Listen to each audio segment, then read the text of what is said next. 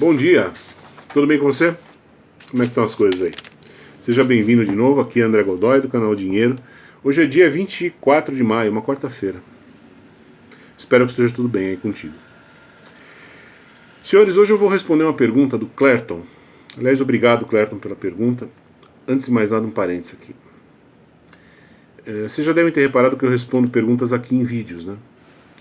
Então, eu faço isso, a culpa não é minha, a culpa é de vocês. Porque vocês me fazem umas perguntas tão bacanas que eu não tenho como responder isso por escrito. Se eu for responder por escrito, vai dar um tratado e vocês vão me xingar. E vai ser um desperdício se eu responder de modo econômico, porque vocês me perguntam coisas que são muito bacanas, muito interessantes, então valem a pena ser dissecadas. Por isso que eu respondo na forma de vídeo, tá bom? Não é por preguiça, é porque eu realmente acho que são perguntas preciosas demais para, de repente, merecer um parágrafozinho vagabundo. Eu acho que são ideias legais, bem bacanas. E um exemplo disso é a pergunta que o Clerton fez. Ele me perguntou o seguinte, ele falou: André, sabe o vídeo da operação cambial na Bolívia? Então, tem como fazer uma estratégia daquele tipo, né? Uma estratégia em que você meio que dá um checkmate do outro lado?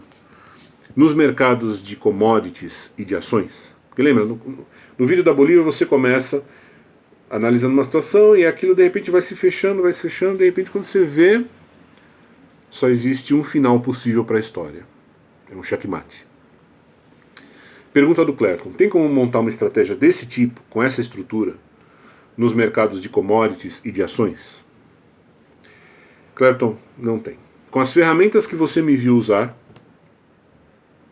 não tem. Que ferramentas que eu uso? Bom, eu uso lógica e eu uso macroeconomia, basicamente. Teoria monetária eu uso bastante, câmbio. Mas é isso, nada fora, né?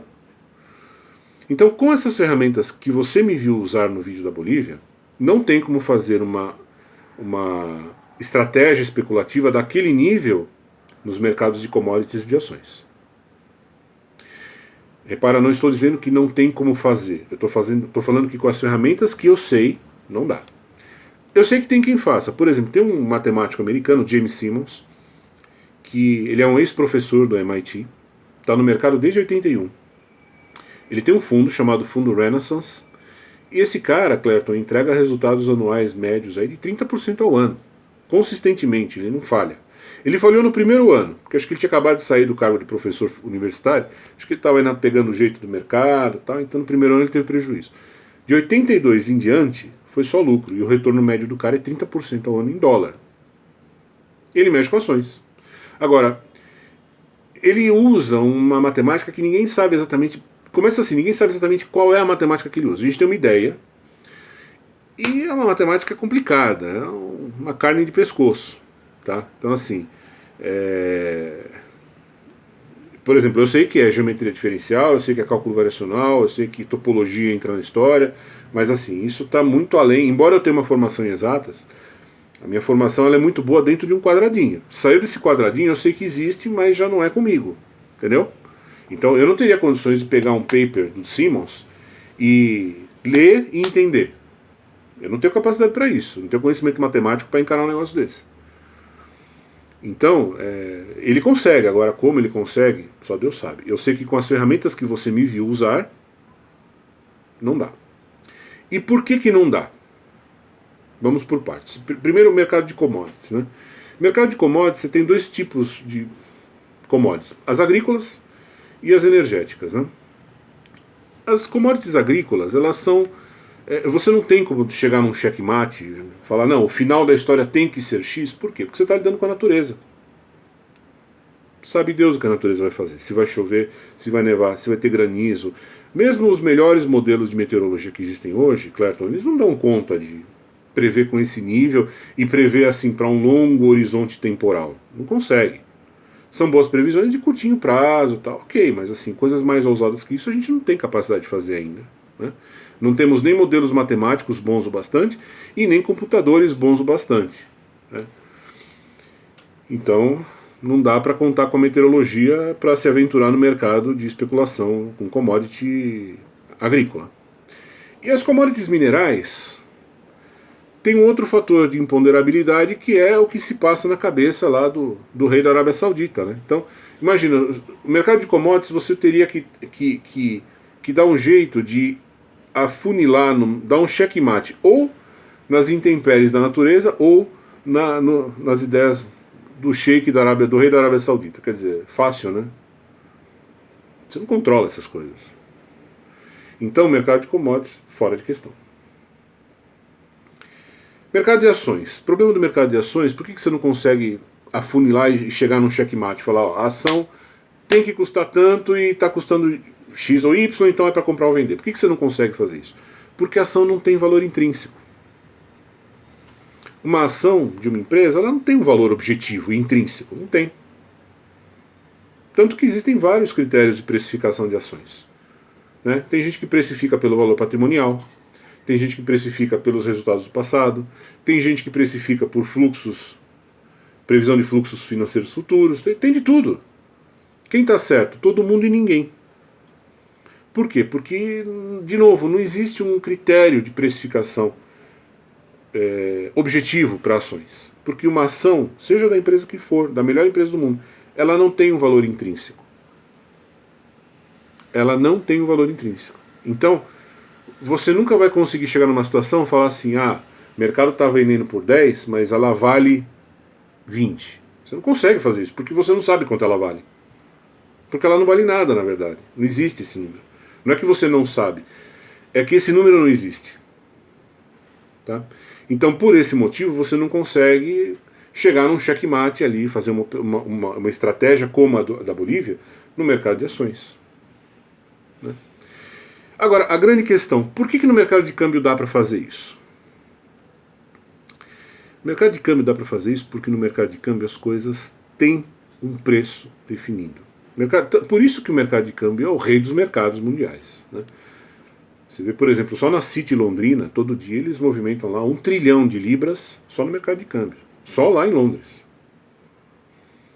É um mercado que funciona 24 horas por dia, 7 dias por semana. É o rei dos mercados. Por quê? Porque lá as coisas têm que ter um preço. Aí você me fala assim, André, como assim as coisas têm que ter um preço? Eu vou começar com uma analogia. E eu vou pedir para você guardar essa analogia para o que virá depois. Imagina que você está numa ilha deserta, Clerton. E nessa ilha deserta você tem, por exemplo, 2 melancias e 10 morangos. Uma melancia vale 5 morangos e ponto final. Sim? De novo, você está numa ilha deserta. Tem 2 melancias e tem 10 morangos. Então cada melancia vale 5 morangos. Se chegar um charlatão lá e falar, não, uma melancia vale 2 morangos, você vai rir da cara dele, não vai? Porque você está vendo que tem 2 melancias aqui, tem 10 morangos ali, então cada melancia vale 5 morangos. Por mais que chegue alguém falando que vale 2, você está vendo que vale 5 porque são objetos reais. Você está fazendo mensuração de 2 quantidades de coisas concretas que existem fisicamente. A melancia existe e os moranguinhos existem. Então, pode descer quem for do céu para te falar que uma melancia vale 2 morangos, você sabe que vale 5. E é em cima disso que você monta as operações no mercado de câmbio. Para dar um exemplo bem concreto do que eu estou falando, Clerton, eu separei uns dados aqui, eu vou mostrar para você uma coisa agora, que eu nunca vi ninguém mostrar assim publicamente para ninguém. É uma coisa que eu aprendi em livros muito antigos de teoria monetária, de câmbio. Antigos que eu digo assim, é coisa de livro de mais de 100 anos que eu tenho aqui em casa. E que fala assim, olha, vamos pôr o pé na realidade e vamos entender como funciona o mercado de câmbio. E esses livros fazem a conta que eu vou fazer agora aqui para você. A conta que eu vou fazer agora para você, Clerton, tem a ver com o seguinte. Não sei se você já se fez essa pergunta. Por que por exemplo, um dólar custa 5 reais? Por que o número 5? Por que não é 13? Por que não é 722 ou 3.400? Por que é 5? Por que é 5 e não 1? por exemplo. Repara que eu estou me referindo especificamente ao número 5, que é o que a gente chama de câmbio, taxa de câmbio nominal. Né? Por que 5? De onde vem isso? É o que eu vou mostrar agora. Fica com o exemplo da melancia e dos moranguinhos na cabeça, tá? Duas melancias, 10 moranguinhos, então cada melancia vale 5 moranguinhos. Vou mostrar para você aqui uns dados que eu coletei. Isso aqui, olha, é a base monetária do Japão. É quanto de ienes tem circulando no Japão. É esse número gigantesco aqui. Tá? Vai lembrando da melancia e dos moranguinhos. Isso aqui é o total de ienes que tem no Japão. E isso aqui, olha, é o total de dólares que tem dentro dos Estados Unidos, na economia americana. É a base monetária dos Estados Unidos. Tá? Quantidade total de ienes, quantidade total de dólares.